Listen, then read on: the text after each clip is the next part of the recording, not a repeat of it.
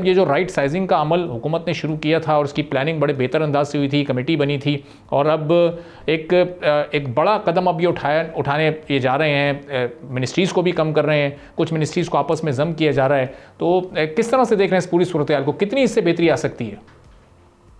बिस्मिल्लाहिर्रहमानिर्रहीम। अरबाब, आपका बहुत शुक्रिया कि आपने मौका दिया। दुनिया भर के अंदर एक कॉन्सेप्ट ये है कि आप राइट साइजिंग या डाउन साइजिंग जो है,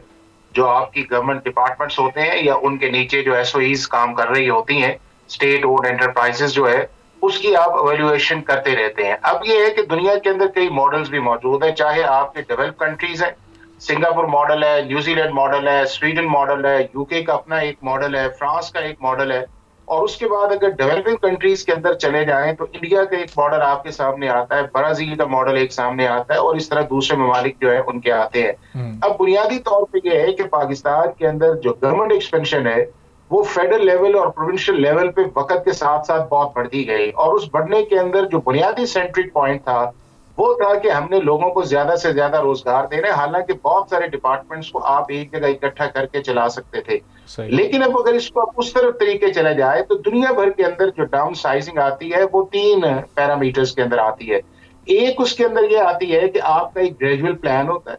दूसरा होता ये है कि आपका उसका रेसिप्रोकल प्लान क्या है, और रेसिप्रोकल के साथ साथ ये है कि आप फिर वो स्टेप्स लेते हैं, चाहे डिजिटाइजेशन वाला स्टेप ले लें, चाहे आप वर्क एफिशिएंसी वाला ले लें, लेकिन उसके साथ तो इंपॉर्टेंट चीज होती है कि आपकी जो सर्विस डिलीवरी है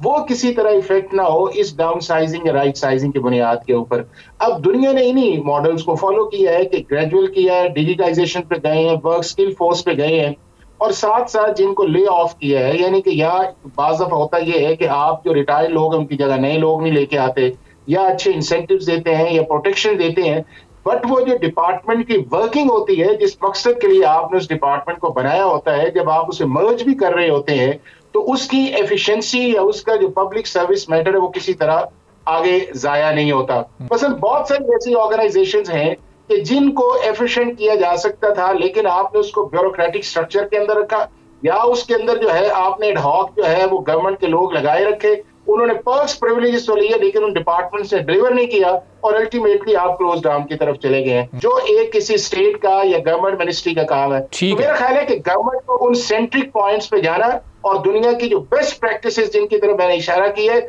उसको फॉलो करना चाहिए। सब्सक्राइब करें और बेल दबाएं ताकि कोई खबर रह न जाए।